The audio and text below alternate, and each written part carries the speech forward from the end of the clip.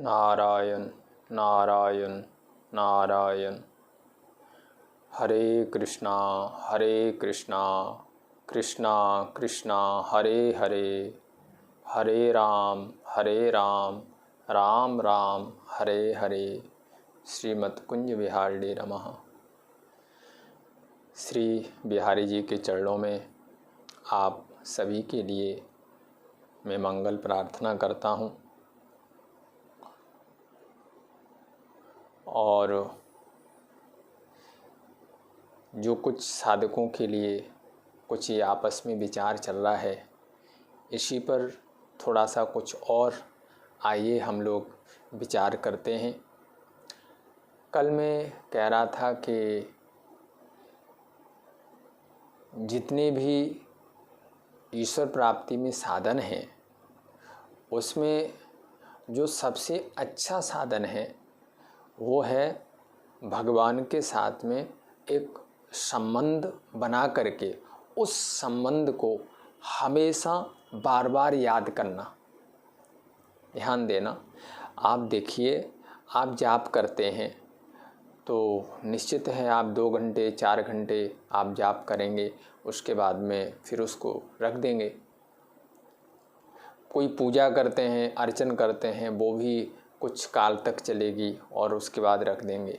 लेकिन यदि आपने ये संबंध रूपी साधना अपने जीवन में उतार ली, एक संबंध बना लिया भगवान के साथ में, अब उसको बार बार याद करना है। वो हमारे पिता हैं, या वो हमारे स्वामी हैं, या वो हमारे प्रियतम हैं। एक पक्के रूप से आप इस चीज़ को, हम ये बात आपसे बार बार कह रहे हैं कि आप किसी भी भाव से, क्योंकि प्रारंभिक साधक एक कोई न कोई रिश्ता बना करके जब उनका भजन करता है तो ज़्यादा अच्छा चिंतन चलता है। और मैंने आपसे कल भी कहा है कि ये संबंध तो आपका पक्का बना हुआ है ही, इसमें तो कोई शक नहीं है कि हम सभी कीड़ी से लेकर के ब्रह्मा तक, हम जितने भी जीव हैं, हम सब उनकी संतान हैं। उनका नाम है जगत पिता। वो संपूर्ण जगत के वो पिता हैं।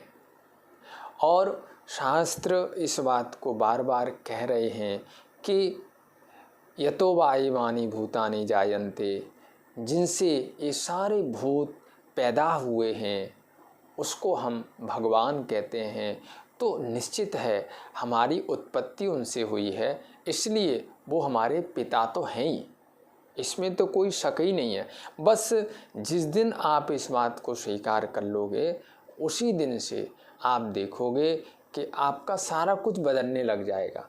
तो एक संबंध बना के फिर उसको दिन में लेटे हुए बैठे हुए उसको एक याद करना है। उसका जाप नहीं करना है, उसको याद करना है।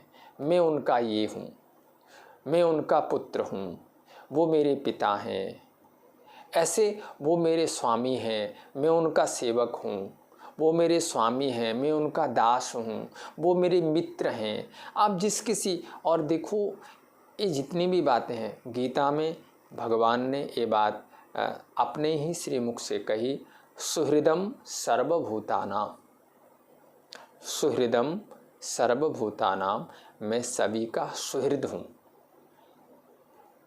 एक तो मित्र होता है, मित्र से ऊपर, यानी जिसमें मित्रता से भी अधिक भाव होता है, उसको हम सुहृद बोलते हैं।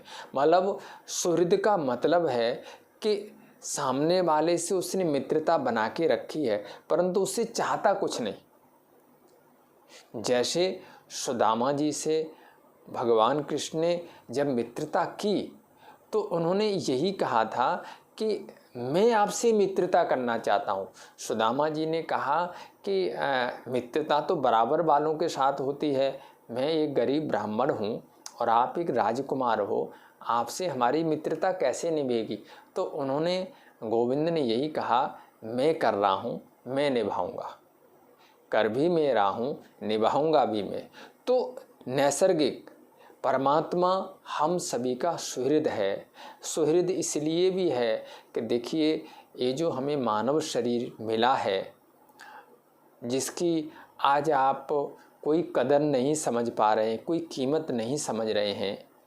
मानव शरीर की बड़ी विशेषताएं हैं।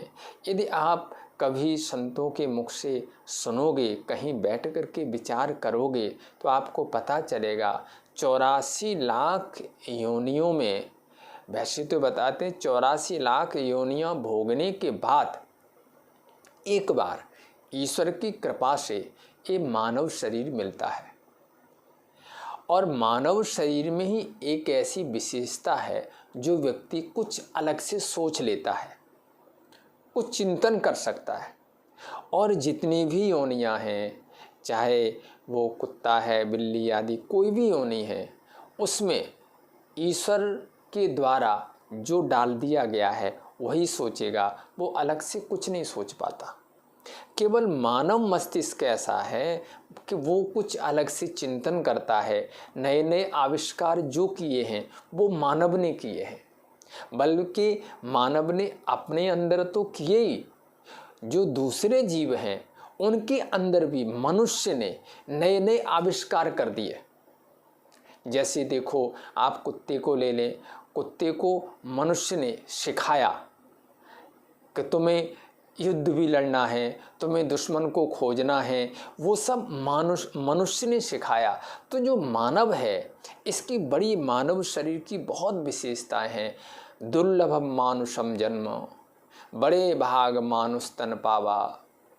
और किसी ने कहा है कि मानव शरीर पाकर के यदि हमने परमात्मा की खोज नहीं की तो हमने बहुत बड़ा नुकसान किया।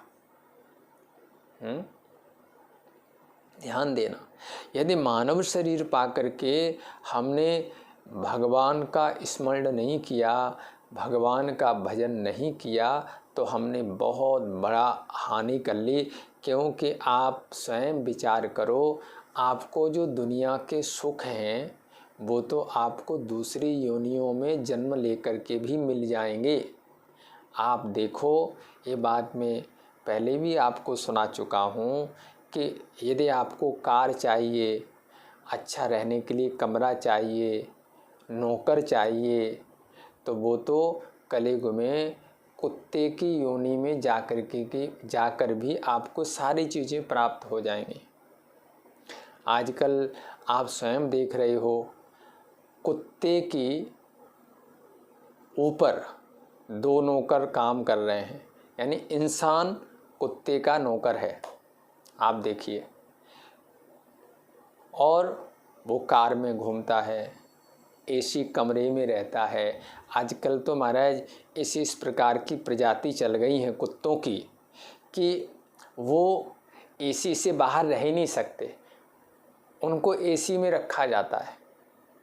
अभी कोई मेरे को बता रहा था कि महाराज एक व्यक्ति कोई कुत्ता लेकर के आया है, तो वो अभी छोटा सा है, वो एसी में ही रहेगा, वो बाहर धूप में नहीं जा सकता, उसका खाना पीना सबसे अलग है, बड़ा महंगा है। तो आप थोड़ा विचार तो करो, यदि आप जीवन का परम लाभ यही समझते हो कि खाने को मिले, अच्छा रहने को मिले, 4 नौकर मिले, सब कुछ मिले, तो ये तो आपको कुत्ता बन कर के भी प्राप्त हो जाएंगे।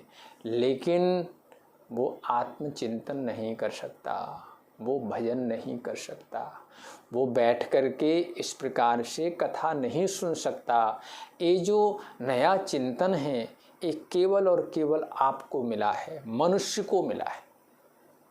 इसलिए हम बार बार ये कह रहे हैं कि आपको दुनिया के जितने भी सुख हैं वो तो अन्य योनियों में जाकर के भी मिल जाएंगे, लेकिन ईश्वरीय चिंतन है वो केवल मानव योनि में हो सकता है। इसलिए ऐसा शास्त्रों में वर्णन आया है कि यदि किसी ने मनुष्य शरीर पाकर के ईश्वर की खोज नहीं की तो महती विनष्टि, यह चेत अवेदित सत्यम अस्ति, नो चेत यह अवेदित महती विनष्टि। हमारे वेद भगवान ने कहा कि यदि मानव शरीर पा करके उसने भगवत चिंतन कर लिया, भगवान ईश्वर तत्व को समझ लिया, तो उसने बहुत बड़ी उपलब्धि की। और यदि उसने ये नहीं कर पाया तो भले ही उसने अरबों रुपया कमा लिया हो, लेकिन उसने बहुत बड़ा नुकसान किया, क्योंकि जो आज अरबपति है वो कल को साधारण भिखारी भी बन सकता है। इसलिए संतों का, ये जो कबीरदास हो गए, गुरु नानक देव हो गए, गोस्वामी तुलसीदास जी हो गए, मीराबाई हो गई, इन सब का, सूरदास जी, सबका यही कहना है कि भाई आप यदि मानव शरीर मिला है तो केवल और केवल भगवत चिंतन के लिए मिला है। और जितने भी शरीर हैं, और दूसरी बात एक और मैं आपको कह रहा हूँ, मानव शरीर का मिलना और फिर भारत में जन्म होना, धन्या भारती भूमि, भारत में जन्म होना, और फिर उसमें भी जिस परिवार में ईश्वर को माना जाता है, यानी सनातन धर्म को जहाँ समझा जाता है, उस घर में जन्म होना, ये तो और भी सौभाग्य की बात है। तो आपका भारत में जन्म हुआ, क्योंकि ऐसा मानते हैं कि भारत में मिट्टी का एक एक कण किसी न किसी ऋषि की ऊर्जा से भरा हुआ है। किसी संत ने तो यहाँ तक कहा, यदि कोई विदेश में आपको ईश्वर की चर्चा करता हुआ मिलता है, जो ईश्वर की चर्चा कर रहा है, तो निश्चित है वो या तो भारत में जन्म लिया होगा या फिर किसी भारतीय व्यक्ति से जुड़ा हुआ होगा, ये निश्चित है। और यदि कोई भारत में मान लो नास्तिक है, ईश्वर को नहीं मानता है, तो वो कहीं ना कहीं बाहर के संस्कार लेकर के आया है, क्योंकि भारत की तो मिट्टी में महाराज ऋषियों के संस्कार है, धर्म के संस्कार है। इसलिए हमारा ये बार बार कहना है कि मानव शरीर पा करके ये तुम नारायण का भजन नहीं कर पा रही हो, यदि आप उनकी खोज में अपना मन नहीं लगा रहे हो, तो आप अपना बहुत बड़ा नुकसान कर रहे हो। इस बात को तुम समझ सकते हो तो समझ लो, क्योंकि ये जो शरीर है जो हमें मिला है, ये है तो बहुत महत्वपूर्ण, लेकिन इसका ये नहीं पता है कि कब हमसे छीन लिया जाएगा। इसलिए मेरा ये कहना है कि आप ईश्वर के साथ में एक संबंध बना लें और फिर उस संबंध को बार बार याद करें, वो हमारे ये हैं, और उसी भाव से उनसे प्रेम करें, और इस बात को बार बार ध्यान में लाओ कि वो यहाँ मौजूद हैं, जहाँ तुम हो वहाँ पर वो मौजूद हैं। जब भगवान के विराट रूप का वर्णन करते हैं, जो लोग नारायण के विराट रूप की उपासना करते हैं, तो उसमें ये वर्णन आता है कि जो हमारे 14 भुवन हैं, यानी नीचे 7 लोग और ऊपर 7 लोग, ये 14 भुवन हैं, ये 14 भुवनों को मिला करके एक जो शरीर निर्माण होता है, उसको हम भगवान नारायण का विराट रूप बोलते हैं। यानी वो जो विराट पुरुष है, उसी के शरीर में ये सारे भुवन बैठे हुए हैं। इसलिए आप भी उस नारायण के शरीर में बैठे हुए हो। ये जितने भी पशु पंछी आदि जो भी कुछ हैं, आप भागवत के दूसरे स्कंद में ये वर्णन आया है, आप देख लेना। उसमें जहाँ विराट पुरुष का वर्णन है, उसमें सारा कुछ आया है। जैसे जो नाभि है ये आकाश है, नाभि के नीचे जो पेट है ये पृथ्वी है, उसके नीचे जो जंघाएँ आदि जो हैं पैरों तक, ये नीचे के अतल बितल सुतल तलातल महातल पाताल, ये जो लोक हैं इनका वर्णन है। इसके ऊपर के जो जैसे भगवान का वक्षस्थल है, कंठ है, मस्तक है, इसमें ऊपर के लोक हैं। तो ईश्वर के शरीर में सारा ब्रह्मांड समाया हुआ है, यानी सारे ब्रह्मांड को मिला करके एक जो शरीर बनता है वो नारायण का शरीर है। तो वो हर जगह विराजमान हैं। आप किसी भी भाव से एक उनको भजना शुरू कीजिए। अब देखिए, संतों के मुख से हमने एक छोटी सी कोई बात सुनी। उन्होंने सुनाया कि एक कोई बच्चा था, तो उसके माता पिता दोनों की डेथ हो गई। वो अकेला था बेचारा, अनाथ था। तो ऐसे ही कहीं से मांग लिया, खा लिया और कहीं पेड़ के नीचे बैठ गया। ध्यान देना। तो एक दिन कोई संत उधर से गुजर रहे थे, तो संतों ने देखा कि वो पेड़ के नीचे सो रहा है। तो संतों ने उनसे पूछ लिया कि भाई तुम कौन हो और तुम्हारा घर कहाँ है।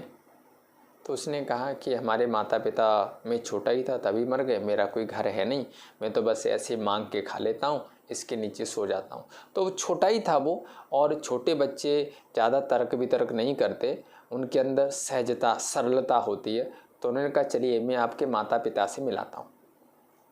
और वो महाराज ले गए और आगे लक्ष्मी नारायण का एक मंदिर था।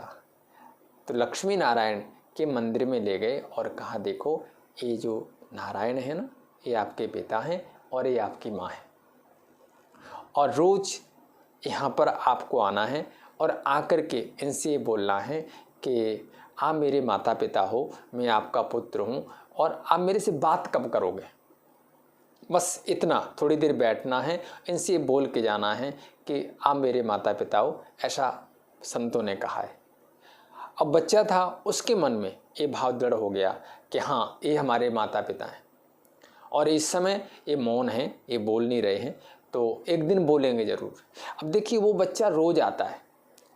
जब तुम केवल मन से इस प्रकार का चिंतन शुरू करोगे तो निश्चित है आपकी जो चेतना है, जो ज्ञान शक्ति है, वो अपने आप बढ़ने लग जाएगी।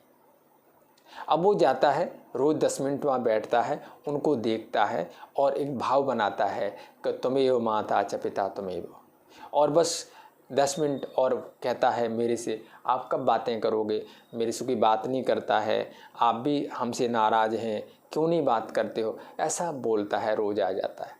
एक दिन क्या हुआ, वो कहीं किसी बगीचे में बैठा हुआ था, और आपने देखा होगा पहले, अब तो ये प्रथा नहीं है, पहले लोग वो जो कच्चे चने होते थे जो खेत से उखाड़ करके वो पौधे के सहित लाते थे, पुरानी बातें हैं ये, तो हमने भी वो दृश्य देखा है कभी पहले कि वो उखाड़ लाए और उनको आग में भूना, और भून करके वो जो टूट टूट के उसके राख के अंदर गिर जाते हैं, तो उसमें से एक एक निकाल करके खाना बैठ करके, पहले ये कहा किया करते थे।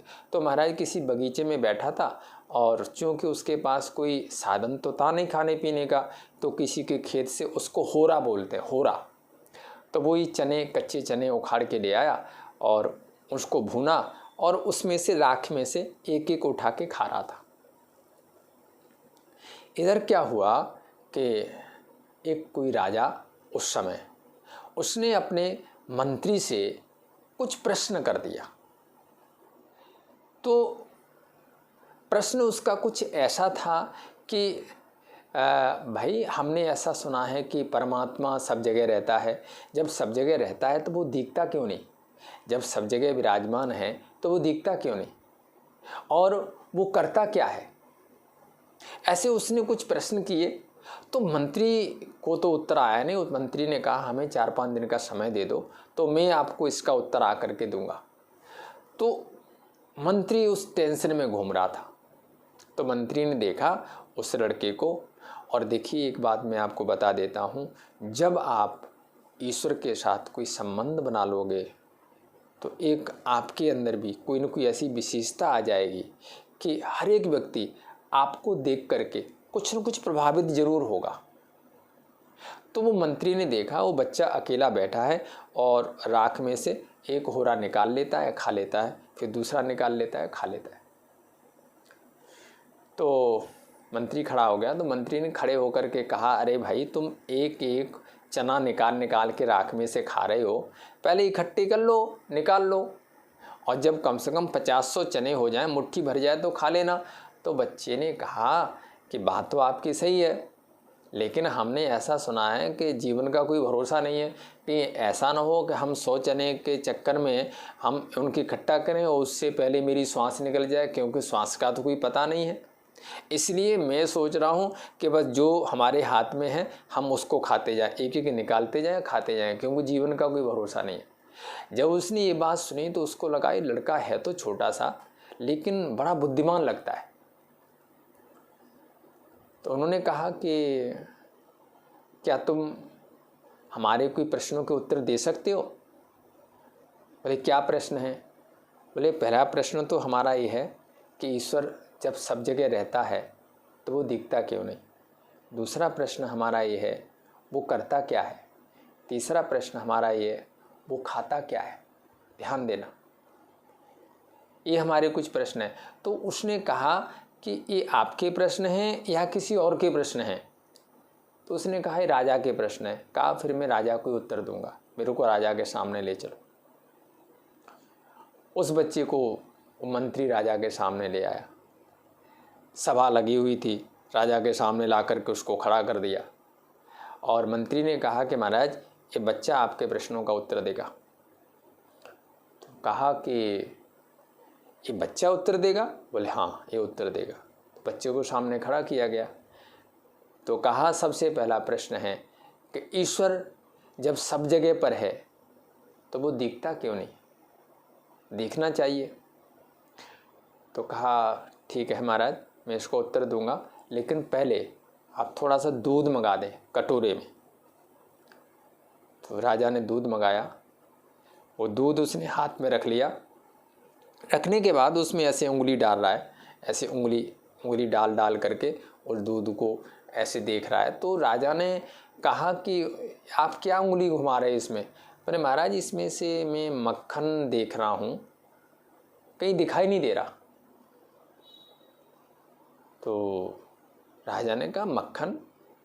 बोले हाँ महाराज ये बात तो आप भी जानते हो, इसके अंदर मक्खन है कि नहीं? बोले हाँ है। बोले फिर मक्खन दिख तो रहा नहीं, निकल तो रहा नहीं इसमें से। तो राजा ने कहा कि मक्खन ऐसे थोड़ी निकलेगा, इस दूध को पहले गर्म करो, फिर इसका दही बनाओ, फिर इसका मंथन करो। जब इसका मंथन करोगे तो इसमें से मक्खन निकलेगा और आपको दिखाई देगा। तो उसने कहा महाराज यही स्थिति ईश्वर की है। ईश्वर कण कण में है, लेकिन जब कोई भी साधक तप करता है, अपने जीवन का मंथन करता है, तो वो जो उसके हृदय में बैठा हुआ परमात्मा है वो निकल करके बाहर आ जाता है। कहा ठीक है। दूसरा प्रश्न हमारा ये है कि ईश्वर करता क्या है? तो उन्होंने कहा महाराज आप मुझे एक बात बताइए, जब कोई व्यक्ति किसी से प्रश्न करता है तो जिससे पूछता है वो उससे श्रेष्ठ होता है, गुरुतुल्य होता है? बोले हाँ, क्योंकि पूछने वाला हमेशा शिष्य होता है और जिससे पूछा जाता है वो गुरु होता है। बोले हाँ ठीक है। तो बोले महाराज आपको जब ये चीज़ पता है और आप हमसे प्रश्न कर रहे हो और मेरे को तो आपने नीचे ज़मीन पर खड़ा कर रखा है और आप सिंहासन पर बैठे हो, तो ये तो कोई अच्छी मर्यादा नहीं रही ना। आप पहले जब आप मुझसे पूछ रहे हो तो आप हमारी जगह खड़े की आइए और मैं आपकी जगह पर बैठूंगा तो इसका उत्तर दे पाऊंगा। तो अब राजा क्या करे? तो राजा का ठीक है। तो राजा वहाँ जाके खड़ा हो गया जहाँ वो बच्चा खड़ा था और वो आकर के सिंहासन पर बैठ गया। कहा बोलिए महाराज क्या पूछ रहे हैं? बोले ईश्वर करता क्या है? बोले ईश्वर यही करता है। आप नहीं समझे? बोल नहीं। बोले देखिए मैं एक भिखारी जो दर दर भटक रहा था, उसने एक भिखारी को सिंहासन पर बैठा दिया और जो सिंहासन पर बैठा हुआ था उसको सामने खड़ा कर दिया भिखारी की जगह पर। बोले ईश्वर यही करता है, जिसे जब चाहे भिखारी बना दे, सम्राट को भिखारी बना दे और भिखारी को सम्राट बना दे। ये ईश्वर के हाथ में है और उसके हाथ में पक्का ही है। और तीसरी बात आप पूछ रहे ईश्वर खाता क्या है? तो ध्यान देना, ईश्वर के दो भोजन हैं, ये चीज़ आप भी समझना। एक तो अहंकार ईश्वर का भोजन है। देखो ये जो मंत्री हैं जो आपके खास हैं, हमारे मुख से उत्तर सुन करके इनके भी अहम को बड़ी ठेस लगी है, कितने टूट गए हैं कि ये सब मेरे को नहीं आता, यदि मैं देता तो मेरा सम्मान होता। देखो एक छोटा सा बच्चा जिसको मैं पकड़ के लाया था वो गद्दी पर बैठा हुआ है, तो ईश्वर अहंकार को खाता है। यानी यदि हमने अहंकार कर लिया है तो निश्चित है एक दिन वो खाएगा, यानी अहंकार टूटेगा जरूर। इसलिए कोशिश करो अहंकार से बचो। एक तो ईश्वर अहंकार खाता है और एक प्रेम का भोजन करता है। ये दो चीज़ें ईश्वर का भोज्य है। अहंकार यानी अहंकारी के अहंकार को खाता है और प्रेमी के प्रेम को खाता है। आप जब भगवान को भोग लगाते हो तो ध्यान देना, भोग में लगाते समय प्रेम नहीं है तो वो नहीं पाएंगे। सबसे ऊंची प्रेम सगाई, दुर्योधन के मेवा त्यागे, साग विदुरगर खाई। सबसे ऊंची प्रेम सगाई। प्रेम ईश्वर का भोजन है, इसलिए साधक प्रेम करे, उनके साथ प्रेम करोगे। उन्होंने दुर्योधन के 56 भोग तो छोड़ दिए और विदुर जी के घर में जाकर के छिलके खाए। इसलिए प्रेम ईश्वर का भोजन है और एक अहंकार ईश्वर का भोजन है। इतना इसमें फर्क क्या है, जब अहंकारी के अहंकार को खाता है तो अहंकारी व्यक्ति टूट जाता है, बड़ा हताश उदास हो जाता है। लेकिन जब प्रेमी के प्रेम को खाता है तो दोनों पुष्ट होते हैं, प्रेमी भी पुष्ट होता है। इसलिए भगवान अहंकार को भी खाएंगे, भगवान प्रेम को भी खाएंगे। अब देखना यह क्या खिलाना चाहते हो। यदि आप प्रेम करोगे तो उसमें आप भी पुष्ट होंगे, वो भी पुष्ट होंगे। अहंकार करोगे तो आप टूट जाओगे, वो पुष्ट होंगे। तो ये ध्यान रखना कि ये करता है। तो महाराज उस राजा ने उसी दिन से उस बच्चे को अपने घर का खास व्यक्ति बना लिया। मेरा कहने का मतलब है वो जो संतों ने जाकर के उस बच्चे से, जो कि रोटियां दर दर खा रहा था और बस पेड़ के नीचे सोता था, संतों ने बस नारायण के मंदिर में जाकर के यही कहा था ये तुम्हारे माता पिता हैं, और उसने सहजता से स्वीकार कर लिया और रोज आता है। तो आज देखिए वो एक राजा के महल का खास व्यक्ति बन गया। यही मेरा आपसे कहना है, जब आप ईश्वर के साथ कोई संबंध बना लोगे, यदि आप चारों तरफ से टूट चुके हो, हताश हो गए हो, कोई भी आपका साथ नहीं दे रहा है, तो हारे को हरे नाम, आप ईश्वर को अपना बनाइए, उनके साथ रिश्ता बनाइए और सोते समय जागते समय उस भाव से उनको याद कीजिए और देखिए आपके जीवन में कितना परिवर्तन आता है। जय जय श्री राधे, श्री राधे, श्री राधे।